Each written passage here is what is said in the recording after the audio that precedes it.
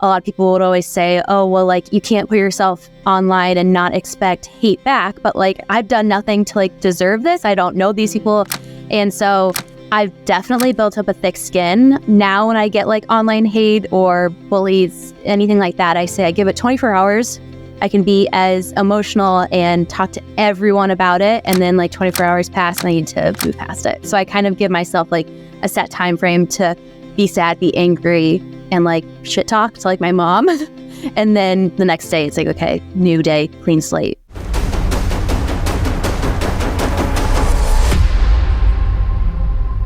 Krista LeRay, welcome to the Marketing Factor podcast. It's great to have you on. We were talking a little bit before. We've known each other for about a year now. And since then, I've become very familiar with your brand. Penny Linn, tell me a little bit about it. Yeah, so Penny Linn is a needlepoint company. We started during the pandemic, September 2020. So we're coming up on 4 years, or maybe 5 years, 4 years being old. We are located in Westport, Connecticut, and we are like a full service online needlepoint retailer. Before that, though, you were an influencer, right? Yes. Yeah, tell me about your influencer days. How did that kind of come to be, and kind of what was the trajectory there for you kind of becoming an influencer? So it was never in the plans. When I think I first started my blog, influencing like wasn't a big machine like it is today. It wasn't very common. And when I told my parents I was going to start a blog and like kind of start sharing my life online, they're like, I don't understand it. But it was in college in 2013. I worked for a boutique at school, and I was posting pictures on Instagram, and one of my coworkers was like, oh, you should start a blog and like share all of your clothes and like what you're wearing tailgates or what you're wearing to class and stuff like that. And I was like, okay. And so I literally just went on to blogger.com and started a blog. And I think my first iteration of it was called Serious Southern Shopaholic. So things have definitely evolved since then, but it was just sharing my normal day-to-day life. And then I would share my like pictures on Pinterest, and that was like really at the height of Pinterest, and a couple things went viral and it kind of kickstarted my influencing. And then serendipitously, I moved to New York after graduation in 2013. I was working for Major League Baseball, and I did that for 7 years while influencing. And being in New York in, 2013, 2014, like everybody was kind of starting to tap into the influencer world. So brands were reaching out to do X, Y, and Z partnerships and to do events. And like New York City felt like the center of where influencing was at the time. Like right now, there's a huge bubble in Charleston. There's a huge bubble in Dallas. But like at that time, it was like everybody was in New York. So I had a bunch of influencer friends that I would, shoot blog photos with, or a bunch of different invites I would go to X, Y, and Z. And so I remember like right before I moved, I was like, do I want to continue the blog or do I not? My mom was like, I feel like this is the place to do it. And, over the next couple of years, I think 2 years into living in New York, I was making more money influencing than it was at my corporate job. What were you doing at MLB? So I worked in their social media department. So I was like helping post for club accounts on Twitter, on Instagram. And then I eventually, after 1 year, moved into like the social sponsorship side of things. And I actually got my job because I had a following on my own platform. I remember I went up to my boss at the winter meetings. I was still in college. I was like, I have this blog. I know how to build a following. I know how to use Twitter and Instagram. I was like, you should hire me. And he was like, okay. And that was literally how I got my job at MLB. So it's always been intertwined, my life and influencing and my career trajectory, all because I've had this platform that I've built and then continue to build off of. And then the end of 2018, I went full time with the blog. Wow. I actually worked for the Rangers and the Knicks, not directly, but the agency that I worked for when I lived up in New York was kind of the first social media agency for the Knicks and for the Rangers. And I remember kind of, they were kind of ambivalent about social media at the time. This was in 2011 or something like that. And they had just created these social media accounts, these Facebook accounts. We were building apps on there. What were you doing for the Rangers did you learn anything working for the Rangers that you then applied to your blog? Yeah, I learned about like a lot of the inner workings of KPIs and impressions and link clicks. And it was always like in tandem working MLB and then working with my blog, because I was on the forefront of like how people are using social media. And I remember being like, everyone's on Snapchat. Like I communicate and text via Snapchat. And so, MLB, not because of me, but like we got on Snapchat and we were figuring different ways to use it and different ways to use the platforms. And then on the other side, it was like MLB got access to early adoptions on Twitter. And like I remember that was like when if you hashtagged, like an emoji would come up. That was like the big thing of that year. And just kind of going back and forth of learning new things with MLB, more like on the corporate behind the scenes number side, and then like knowing more of the creative stuff on my influencing side and kind of relating it back to MLB. And so a lot of times when I was putting together sponsorship proposals, so like we would work with like Coke or Pepsi or any like big corporate names, and obviously we would have social post as part of that agreement. So we would think of like social platforms or social programs that would do well, that don't really seem like an ad. That this time people were just putting a picture of a ballpark and be like, go buy tires. And it wasn't like in any way interactive. And so I would always help come up with like work with our sponsorship team directly and being like, okay, let's think of a fun way to integrate X, Y, and Z. And so it was just like kind of the whole thing really working in tandem and kind of creating one thing from the other. Totally. I kind of love that wild west of the early days of social media. I love to kind of like that I was involved in that, and being at kind of the forefront of that. And now I feel like there's still opportunities there with new platforms and things like that. So I'm not saying it's not there anymore, but I just feel like I was totally different, an early adopter there. So how were you monetizing the blog or your Instagram following? Yeah, so I monetized a couple different ways. The first one I ever did was affiliate marketing. So I was on Reward Style, which is now called LTK, like to know it. And I remember finding out about Reward Style or even just like affiliate marketing or linking anything, because I remember clicking on this blogger's link and watching the URL change from like it was Reward Style, and it changed to something else, like share a sale, and then it went to Nordstrom. And I was like, what is this? And so I remember Googling, be like, why is this link changing? And Reward Style popped up, and they were in their infancy as well.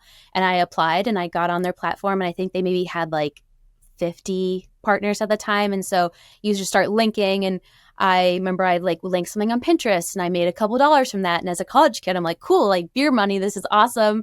And then as I started to go along, like when I moved to New York, people started paying me through Reward Style. Like Nordstrom would reach out and be like, we'd like to pay you X number of dollars for a blog post.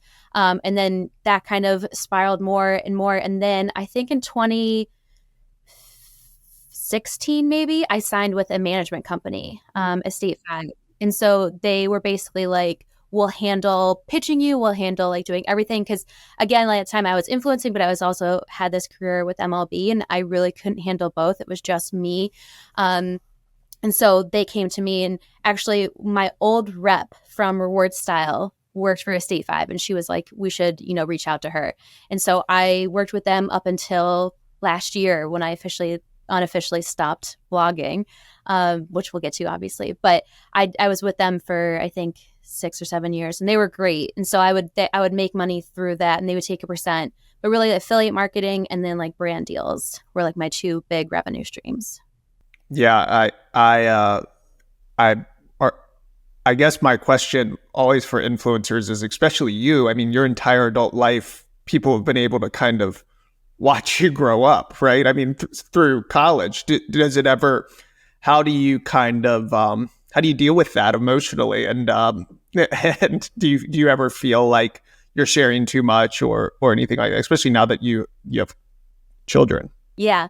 So the end part of the story that I'll tell is I no longer blogging and no longer sharing my life online outside of Penny Linn, just like very surface level stuff, because I have my child now. So he just turned 2, and I have never put his name online. His face is nowhere on the internet. Like family knows, everyone knows. And I know that like I was able to share my life online, but I also know all the negative parts of that. There are lots of forums and lots of people talking and really creepy messages. I think the worst part, which really kind of pushed me over the edge, was I got like a letter at my house being like, your husband doesn't love you, you're the worst mom ever. And I was like, okay, like maybe I'm going to stop. Like, and you take really big leaps and bounds to keep your information private, but the internet is the internet, and it's not really doable. And so I knew from the moment I got pregnant, and even before that, like I was never going to share my son. And because my life outside of Penny Linn is being a mom, I don't really have much to share. So like the blogging aspect of what I'm doing kind of fell to the wayside, but it's been hard. Like I even remember my first kind of ounce of online hate was in college. There was, I think the website was called like Juicy Campus or something stupid like that. And it was basically like a Reddit forum where people on campus would just talk. Like every college campus had their own forum, and then like under that it would be like University of Kentucky, and it would be like Krista Robertson. And I was like, oh my god, what is this? Like I hate this. And then that obviously continued to grow through blogging, and a lot of people would always say, oh well, like you can't put yourself online and not expect hate back. But like I was like, I've done nothing to like deserve this. I don't know these people. And so I've definitely built up a thick skin. There was times where, you know, I was reading these forums every single day, and I was like, for my mental health, not a good idea. And I haven't read it, I think, since like 2018. So that is really good. Now when I get like online hate or bullies, anything like that, I say I give it 24 hours. I can be as emotional and talk to everyone about it. And then like 24 hours pass and I need to move past it. So I kind of give myself like a set time frame to be sad, be angry, and like shit talk to like my mom. And then the next day it's like, okay, new day, clean slate. But it's definitely been a hard road to navigate over all the years. Well, I think the 24-hour rule is probably a great tactic just for life in general, for anything that pisses you off, right? I feel like I might use that one. Well, so fast forward to the pandemic, and you tell the story of you were needle pointing in front of the TV every night, and you decided that, hey, I should start a business like this. Kind of. Going back to college again, I feel like everything happened at University of Kentucky. So I'm very thankful. I'll give them a little shout out. But I started needlepointing, I think it was either my freshman or sophomore year. And I remember seeing everyone on campus have these needlepoint belts. And I was like, what is this? And it was like the thing to like make your boyfriend a needlepoint belt. And I didn't have a boyfriend at the time. So I was like, what? Like, what's going on? And I walked into a store and they taught me how to needlepoint over the counter in 5 minutes. And I went home and I stitched a belt, which is like a very large, intensive project. And I was like, I kind of really love this. And so I needlepointed all throughout college. I needlepointed my boyfriend a belt, my dad a belt. And then I moved to New York. You know, I had a project to bring with me. And I remember just never picking it up. I think one of my friends was like, what is that old lady hobby you're doing? And I was like, oh, nothing. And I kind of stuffed it away. And then in 2018, I stitched my now husband a belt because I was like, because he was wearing these like brown ugly ones from, you know, wherever. And I was like, I can make you a belt. Like I've done this before. And so I just picked it back up in 2018. And then 2019, I got married and I stitched a ring bearer pillow, and I wanted to have like some stuff for the wedding. And then I like really got back into it. So I was like, okay, after the honeymoon, like I'm going to come back and I'm going to get back into needlepointing because I now had this free time. I just got married. I'm just doing the blog. And I love the outlet for it. Needlepointing is great for your mind, for your hands. It's a great way to get off your screens, like your phone, instead of doom scrolling, which we'll fast forward to. You know, you're needlepointing and you're creating something, and it takes time and it causes you to really sit with yourself and calm down. So I loved all those aspects of it. And I come back, I picked up a few projects like early 2020, and then the pandemic hit, and I was like, oh shit, like that's not great. But I had these projects that kind of kept me off of the doom of online, of all the news, because I remember just being glued to the TV for the first 2 weeks, being like, what's going on? And so I just put on a good chick flick and I stitched. And like a week later, I was out of projects. And I was like, oh crap, like where do I find a new one? I went online and I started calling around, but every needlepoint store basically had seen this kind of boom within the first 2 months of COVID, because it was the perfect thing to do. You didn't need anybody else. You could order online. You could, you know, call the store and get things. And I remember calling stores and they're like, we're out of everything. We're out of thread. We're out of canvas. We don't have this. We don't have that. And I was like, oh man, like, what am I going to do? So I bought some blank canvas off Etsy and I bought some paint from Michael's. They got delivered to my door. I always tell people I Lysoled it all down because that was like what we did at the time of like spraying everything down. And I painted my first canvas and I was like, oh, like this isn't as difficult or hard as I thought. And so I just started painting more and more, just painting stuff I wanted to buy. I shared it online. A lot of people were like, I want to buy that. And so it kind of started to get the ball rolling of, okay, like I have, you know, this platform. And there are these minimums of like, if I wanted to create like a needle minder that I really wanted for my own personal stash, I have to order 100 of them. I was like, I could probably sell 100 of these. Like I sell 100 shirts every day. I can sell 100 needle minders. And I was like, if nothing else, like I'll just sit on 100 needle minders and they'll be the most expensive needle minder I've ever had. Um, and so that's kind of how Penny Linn came to sort of be. I remember I'd only really been an influencer full time for 1 year. And then the pandemic hit, and my plan was to do this for a while, to, move out to the suburbs and have kids and, keep my life separate with them, not online, but me, showing motherhood and everything like that. So I had this kind of planned out of like, I'm going to do this basically until I have to retire, and nobody wants to see this face anymore online. And I remember being really excited about having to not work 2 jobs. And then I just remember when all this was going on, I started thinking about how cool it would be to have a bag that I haven't been able to find online, or blue and white scissors, and just like stuff for my own personal stash of how cool it would be to have this canvas. And it just really snowballed quickly and very intensely, because I remember laying in bed at night thinking, okay, if I'm going to sell this, I might as well just make a website. I'll add this to the site and I'll have that on the site. And like when people open the package, like what do I want the package to look like? I want them to have a needle card, and I want them to have a ribbon, and I want them to have X, Y, and Z. And I just like couldn't get it out of my head of what I wanted Penny Linn to look like or feel like. I didn't even have the name Penny Linn at the time, but just like what I wanted this to be. And it was just such a fun creative outlet because I wasn't really blogging at the time. Like I was, everything shifted during COVID because I was no longer going out being like, this is what you wear to a wedding, this is what you wear to work. It was more like, this is the skincare you can, do masks at home. Everything had changed. And so it really pushed me to have like this creative outlet in building something again, because I had built my blog for the first time in 2013. So it had been a really long time since I created something again. I was like, I have all the tools in my arsenal to create a new business. Like, let's just do it again and let's see how effective I could be at it. And it has not stopped snowballing since. Well, I think one advantage of being an influencer outside of just having the audience is the fact that you're exposed to so many different brands through that. So you see what works well and you see what doesn't.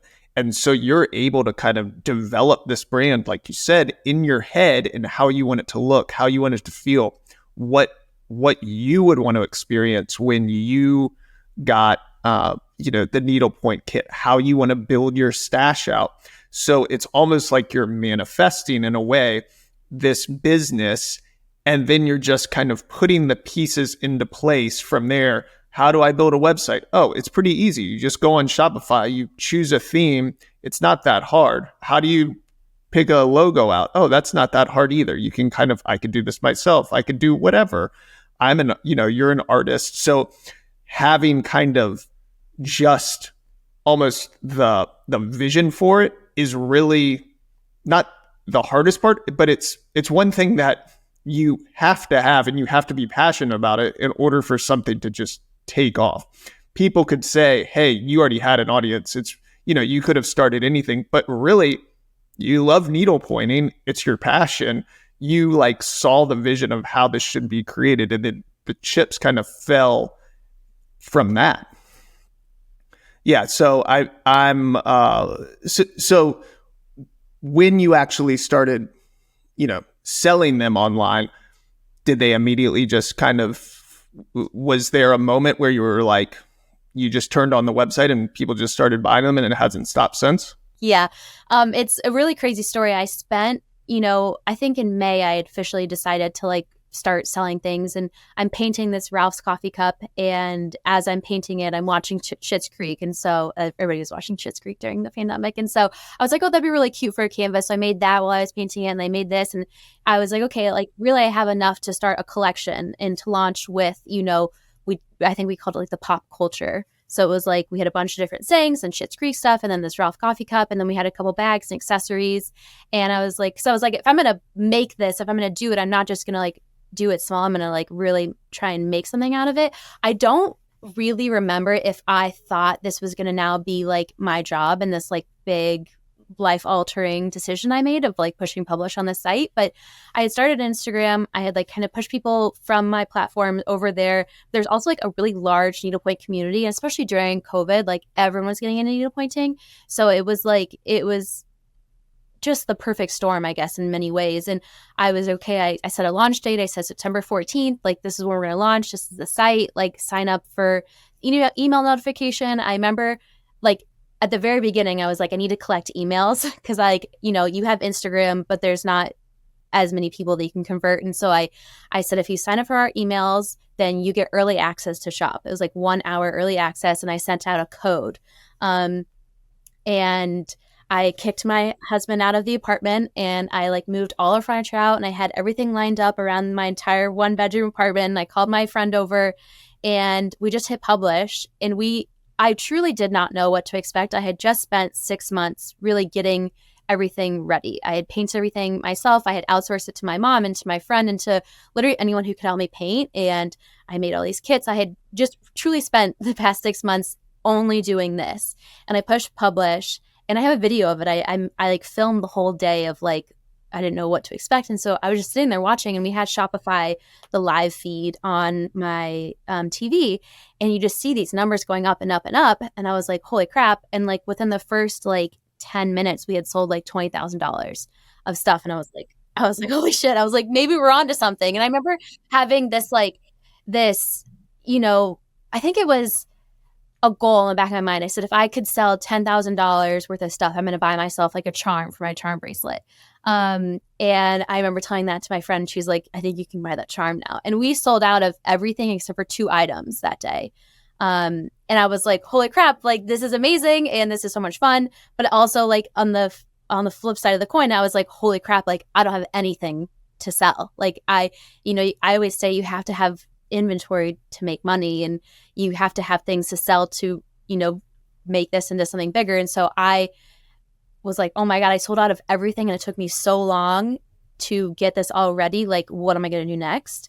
And I think I probably realized at that moment that I did like hit the right chord with people. I knew that I was able to sell because that's what I've been doing on my blog and, promoting and influencing, but I didn't know necessarily if that would translate. And it has, and it obviously has, so much so that we have like this big company now, not big, but a company that is, standing on its own. So it really just hasn't stopped. Every 6 months, I would say, I realize that there's a problem, and then it's like how we fix it. And so I spent those next 6 months of figuring out, how do I get production more ramped up so I'm not physically like painting everything like that. And I remember when I was painting, like my pinky literally went numb because I was painting so much and I couldn't feel it. And I was like, this can't be good for me. And I remember my dad telling me, he's like, it's literally not worth like your time, your actual physical time of painting a canvas that you're selling for $50 because it takes you 10 hours to do. And he's like, if you get paid minimum wage, that's not enough. And so, because he was kind of like, why are you letting go of this like blogging, like a good thing where you can make a lot of money, not have to do like as much physical work, and you're now doing this? And I was like, because it's my passion. And I remember him telling me that. I was like, okay, like you're right. It's really not like worth my physical time to do this. And how do other people do this and make money? And that's when I started learning about like painting houses and everything like that. So it's just a lot of like, I found a problem, we fixed it. You find a problem, you fix it. And that's kind of been going on for the past 4 years. Well, I think that's that is definitely a hallmark of a savvy business owner, is someone who kind of wants to understand how things are done and kind of truly figure out how things maybe can be done better. Look for efficiencies in the way things are done while preserving kind of what you love about it. The fact that, that you're coming up with this very like special and unique collections, like the pop culture collection. You have entire like Taylor Swift collections and things like that. So you put a lot of thought into like the creative aspect of it. You're not just outsourcing it, which you clearly could to, a company in China or something who could just mass produce this stuff and you could just sit on that.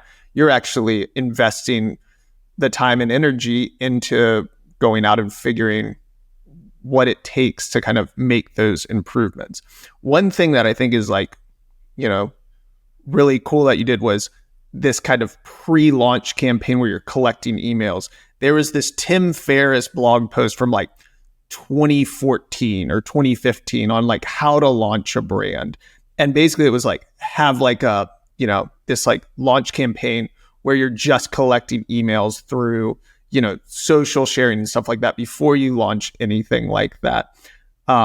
So I was, I immediately was taken back to that. And I remember we've implemented that, but it's good to know that that still works. How do you kind of capture that momentum then after, as these new challenges arise? How do you kind of ride that wave of momentum and continue to push the business forward? Yeah, I've always said that, and I think this is kind of our business model in a sense of, I always think of things that I personally want as a stitcher. I kind of say like Penny Linn is like for a stitcher by a stitcher. And at its heart, everything that I've done with Penny Linn, every product that I've created, every canvas that we produce or that we buy or that we bring on like to license is a canvas that I would want to stitch myself or a product that I'd want to use. Because that's kind of how the whole thing started. Of like, I really wanted a basket needle minder. And so I went out and I made it. And I really wanted a blue and white bag. And so I went out and made it. And so that's kind of the same philosophy we live by today. I do all of the buying. I do all of the, buying for canvases and inventory and everything like that. And it's just like, even the threads that we use, these are threads that I personally stitch with. There are probably in the needlepoint industry over 100 different thread lines. And I think we carry 7 of them because these are the ones that I use. And I don't really mess with all the other fancy, I'll get into like terms you won't understand, but like pliable stuff, I just won't use or stitch with. And so I think that because I really know at its core, like I am the Penny Linn customer, I am like, but also the Penny Linn person. I'm all things at once. I think because I'm able to know so specifically who I'm buying for, who we're creating for, that I'm able to keep that momentum with new products that we're launching. I'm able to keep up with new designs and keep everything kind of at the forefront of the needlepoint industry because I know that I have this creative mind and I have a wonderful group of people around me of like, what do you think of this idea? What do you think of this idea? And then I have the skills and the kind of tenacity to go out and physically do it. So I think that has really helped us move forward because in a way, needlepoint is such like an established hobby and community that there hasn't been a ton of innovation, mainly because a lot of the people are more rooted in tradition. And I don't know if it's not saying that they're not business savvy, but you just need somebody with fresh eyes to come in and kind of change things up. And I think Penny Linn has really been doing that. There have been other people who have been doing that as well, but we are coming in, and again, just the fact that I'm able to think of an idea that I want as a personal stitcher and then find a factory or find a partner and make it come to life and then make it and sell it. I think that pipeline hasn't really been around. Nobody's really come in and been able to shake up the industry in a way that I think Penny Linn has. So I think that's another way I'm keeping it young and fresh. I hear all the time of, oh, I'm so glad that you have created this. This is something I've been looking for 20 years and haven't been able to find. Or I have other designers even think like, damn, I wish I had thought of that idea first. But I think it's just it's a perfect storm and combination of like, I have an idea and I bring it to life. And I don't know that even just like an entrepreneurship as in general, that's like probably the biggest challenge that people have is everyone has ideas, but like really making it come to life in a certain way. I think that's what separates like the good from the great. Yeah. And I mean, when you talk about kind of, if, when we started working together, what was most striking about the needlepoint industry was how much people buy, right? Like the fact that you have this repeat customer that then, they're obviously fans of the brand, but they come back for more. They're buying stuff before they even finish the last one, which is great for a business, And so you can constantly you can constantly release. I mean, well, it has the flip side of people are always wanting newness, right? So you're having to kind of create that. But I think one thing that, as you alluded to, is some of the competitors in the industry, they weren't launching things quickly enough for this kind of this audience that really needed that freshness.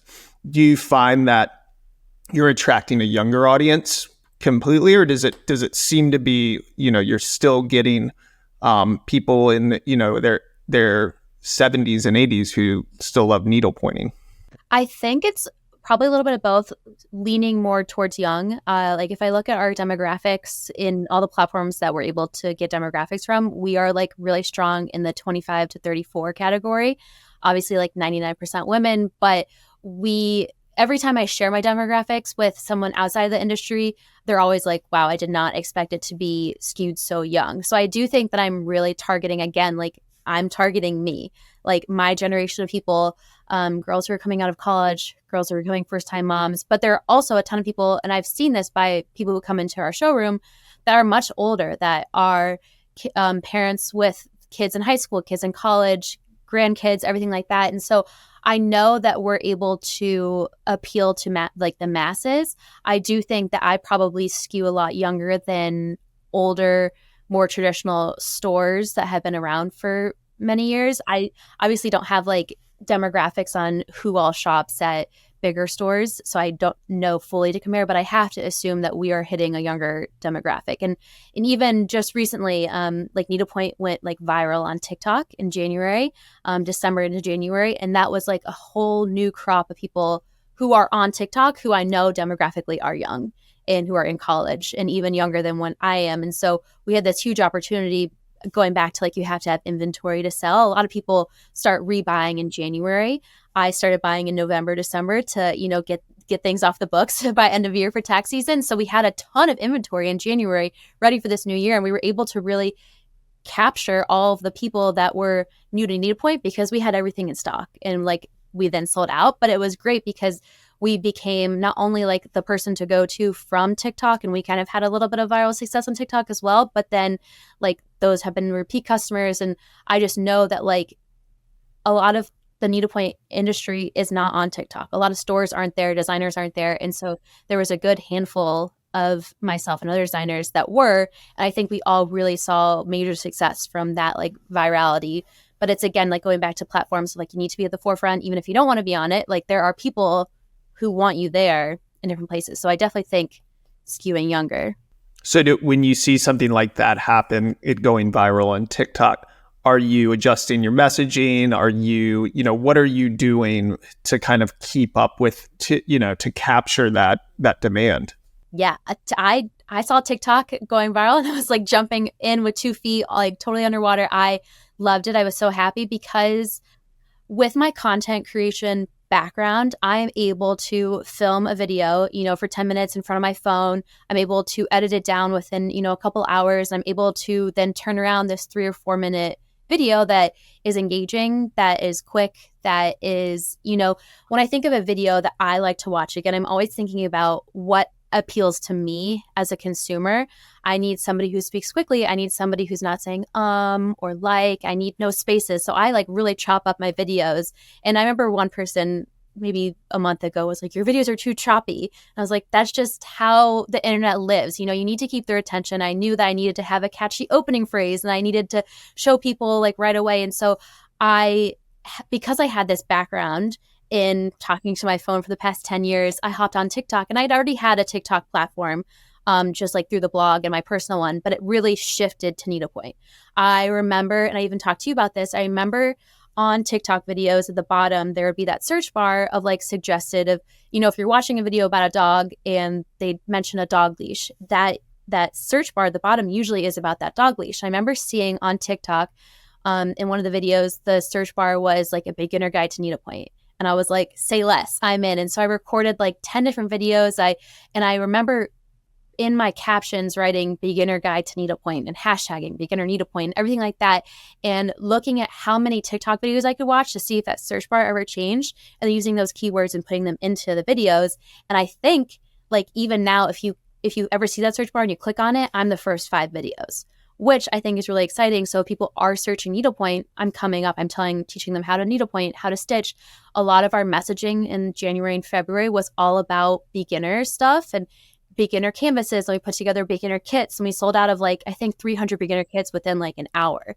And it was awesome. And I was like, holy crap, like what are we doing? And then obviously we had, we were working with Cobble Hill, and we were really pushing this like big beginner, like ads everywhere. And I think obviously we know that that translated really well into sales for us. But it was just so much fun to see that and to know in the back of my mind that no one was really on TikTok. Like Instagram's super saturated. Every store should or does have an account.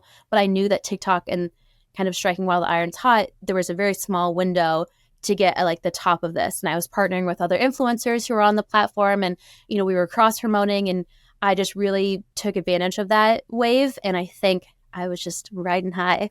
Well, totally. The educational content, you know, that approach just pays off so well because you're establishing yourself as, you know, a leader in the space, which is, you know, for one, people, it doesn't even matter if they buy your products, right? They're becoming familiar with you. They might not even know that you sell Penny Linn stuff, and that might not matter, you know, because you still have this audience built in, and it kind of makes it more fun, and kind of brings it back to your influencer days. So you still get to utilize that, which I think is so unique and not something everyone can do. Like, what are tips that you give to people who are starting businesses that weren't influencers, who are not natural behind a camera? Like, I'm sure people ask you that all the time. What do you have for them? I tell them to get as comfortable as they can, or like to find somebody that they're working with that can be comfortable in front of a camera. Because I really do think, and I see this on TikTok a lot, and I watch like different videos about entrepreneurship and, you know, really running your business. I think it's really important as the owner or as, you know, a high up in the business itself is to have a face, like a face to the name.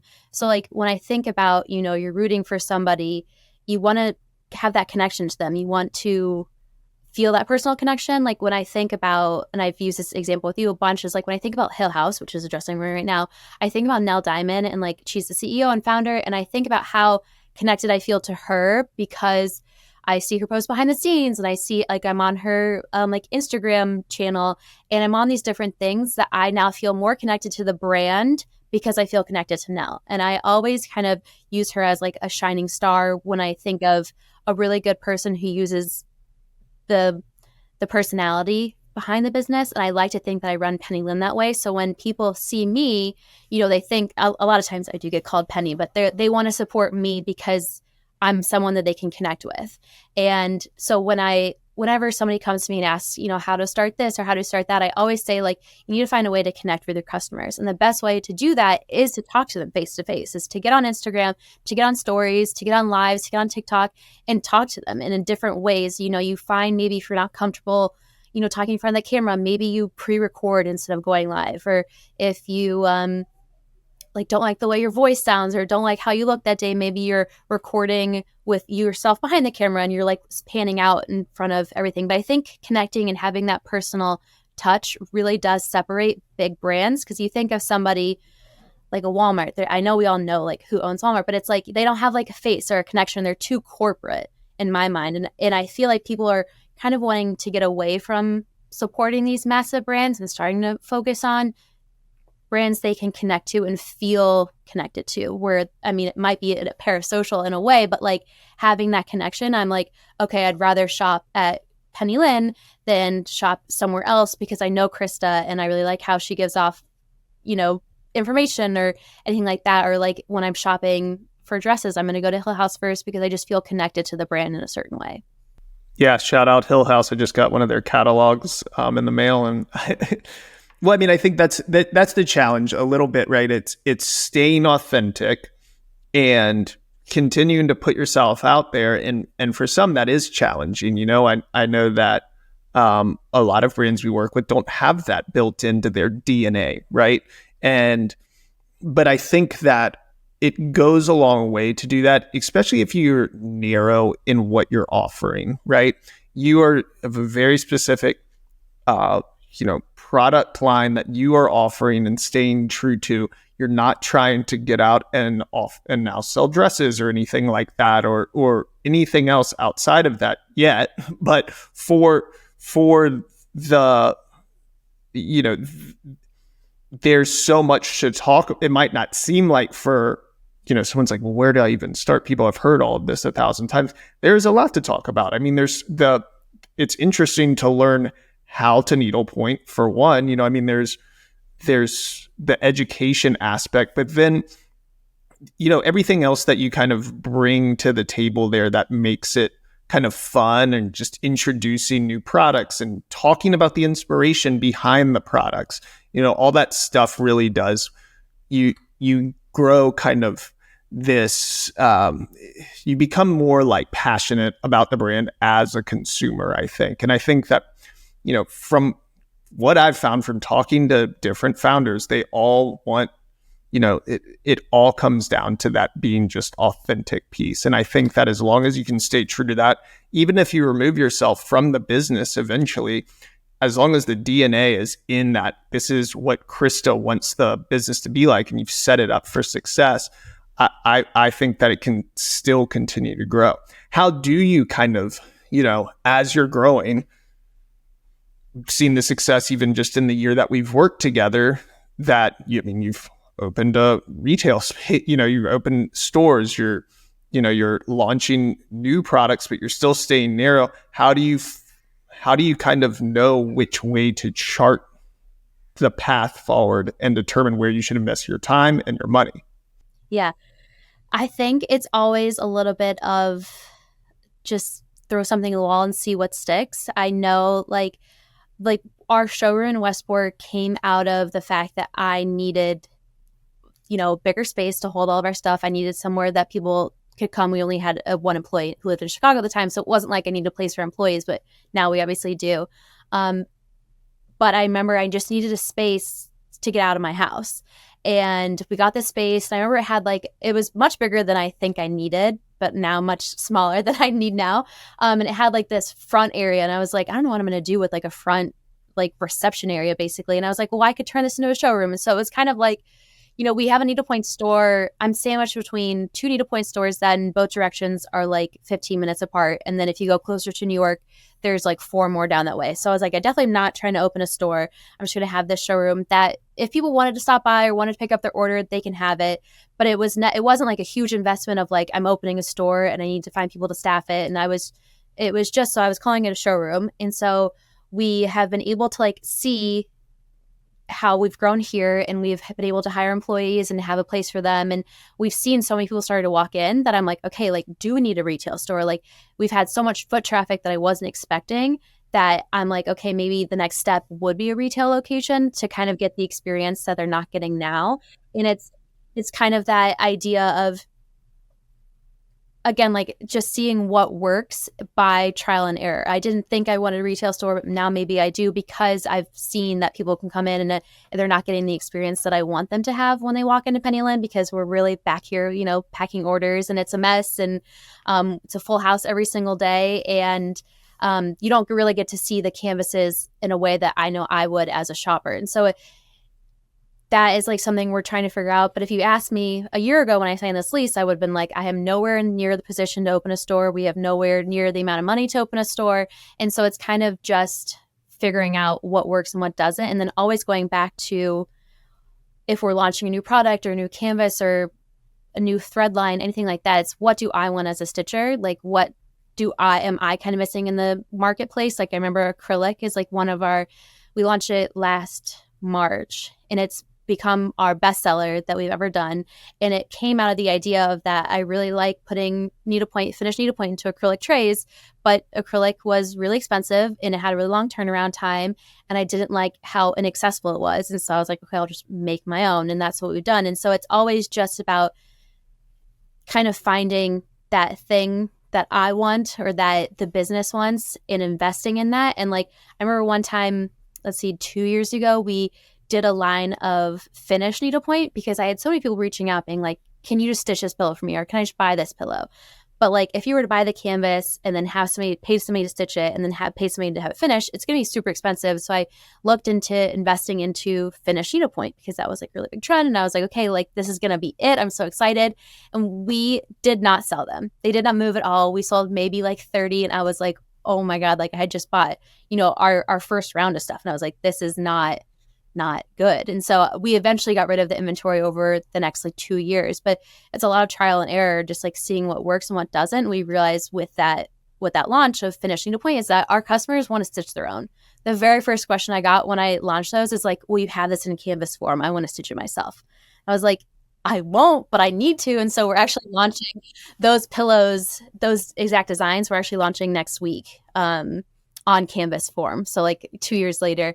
So it's really just all about seeing what works, what doesn't. And then once we get past that initial like test round, like with our acrylic, we did a test round of like, 200 SKUs per or 200 per SKU.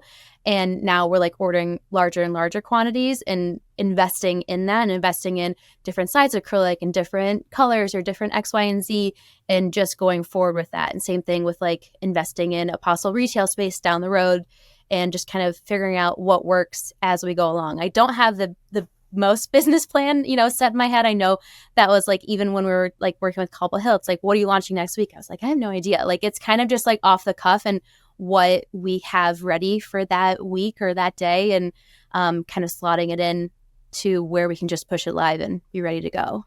Well, it's funny because, a lot of what we do does to support you is in a way, hey, we're going to create, what's your marketing calendar? Let's create, assets around this. Let's create emails around this. And that doesn't come as quickly. So, adapting to the agency and the agency adapting to your style, where we're saying, okay, well, we're going to support you in other ways here. We're going to create, templates that you can use for email. So you can do the stuff on the fly, and the stuff that we'll work on will look more like a campaign focus that's, a little bit more evergreen. So you still have that flexibility because you can create this stuff for yourself and you do a really good job at it. But you still like having the support of, not just us as the agency, but you have a team and they need to support you too. But it's hard as a founder to be like, well, I can do all this stuff myself and I can do it better because it's coming from a place of true authenticity. And if I'm just going to type all of this out, I might as well just do it myself anyways. And so I think adapting to that for you is the next kind of, iteration of the growth for the brand, right? Because you can't do it all yourself. You're a mom, like and you also want to grow your business and still have time to, for yourself too. So, I think when we turned on the ads themselves, it was instant success, and that's not always the case for every brand. But what we found is like, you had the makings of everything that kind of needed to happen for the ads to work, right? You had the assets, you had, you had the story, you had a website. How do you kind of determine now, like, all right, what do, should I invest in my website? Should I invest in more ads? Like, where should you spend your marketing dollars? How do you kind of think about that? Yeah, I think about it now in the sense of like in the beginning, it was very, I don't know if grassroots would be the right term, but very like bootstrap of like, I'm by myself and I'm just doing this and it's working out and it's, we're growing. And I was doing all this really on my own without anybody being like, this is how you run a business. I still feel like to this day, I kind of need that mentorship because I don't know how to run a multi-million-dollar business that we are today.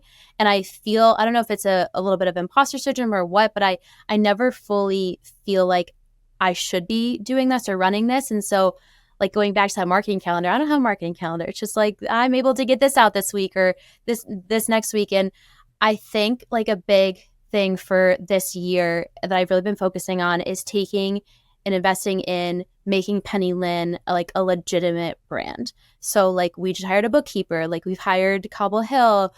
We were looking into PR for a second and we're like redoing our website. Like our website as it is now, like was just me on Shopify, trying to code it up with like the help of Shopify chat, which is like the best thing that's ever been invented because they're so wonderful and they'll help you with anything, just like a small little plug for them. But like everything has just kind of been me not really know what I'm doing and happening to have success. But now I feel like I'm entrusting others to help me build Penny Linn to where I I see in the future. So we're redoing our site. I know you've got a sneak peek of it, and we're hoping to launch that within the next couple months. And I think having a new site and a new mobile and really focusing on the newer beginner stitcher and getting people taught to needlepoint. And then I always say, like, once we get a beginner in our doors, like, we kind of have them for life. Like, the lifetime value of a stitcher it's huge. And I think if we're like the first people to like really make it accessible and fun and like easy and comfortable, that I think they're going to always kind of have that brand loyalty towards us. And so we're investing in a lot of stuff with beginners, a lot of our website. I'm investing in employees as well. Like you said, I was kind of like doing everything by myself, and it wasn't working. And I've had this one employee, Amanda, since I think like this first 6 months of Penny Linn. And she was remote, and now she's here. And since then we've hired, I think, 14 people, all part-time. We have 3 full-time, including Amanda and myself, 4, including myself. And then the rest of them are part-time. So the other 10 come in and help pack and, kind of get the showroom up and running. And so I was so worried about like investing in employees, because like you said, like I had that mentality of I can just do it. Like, why am I paying somebody else to do it? Or why am I paying somebody to pack an order when I could just pack an order? But I realized that, again, like kind of going back to the very beginning advice of my dad of like, it's literally not worth your time to be packing this order. Like, you need to hire somebody who can do that and do it efficiently. And I just remember like I got to a point where I had packed so many orders. I was like, if I pack another order, like I'm going to pull my hair out. I hate it. So I haven't packed an order in like a year, and it's been like the best thing that's ever happened to me. And I realized too that like once we invested in more people, I was able to do a lot more with my time, and I was able to design more, and I was able to work with different vendors. And I think always my biggest fear of hiring more people is that we weren't going to have enough money to like support Penny Linn or move forward. But it's actually been the opposite, is that like the more people we have invested in, the more that we're able to do, and the more Penny Linn has grown. So I remember talking to Amanda about it a couple months ago, that like we've hired 14 new people for full time, and I haven't seen a difference. I haven't noticed a difference in, the bank statements, which again, I'm hiring a bookkeeper for. So like I will actually know how much we're paying for it. But like it's great because it's like our numbers are still rising, but I'm not seeing this like huge cut from paying our employees. And it's also great because we hired the right people at the right time to work with that growth in the beginning of the year. So we were pushing out like over 200 orders a day. It was just insane. And again, like investing with Cobble Hill, like you guys are like, you should do more. And I remember in the very beginning, I was like, I'm not doing more than like $1,000. You're like, Krista, you got to trust me. And so like we did, and we were able to like keep continuing that growth. And by investing more in marketing, we were able to, again, invest more in employees and invest more in product. And it was just like this revolving door of putting money out. I guess you have to spend money to make money. That's like definitely what's been going on. And so I think it was really scary at first, but I'm a lot more comfortable now of like outsourcing what I can for my own sanity, for my own mental health, for my family, for our employees. Like even Amanda, like she was doing everything, and we hired like 4 people to help with what she did. And so now she can kind of pass it off and we can start getting back to where we were in the beginning of like really just being able to focus on creating products, designing, and not having to worry about hanging up thread or packing an order. Totally. So important to kind of invest in your team for sure. Yeah.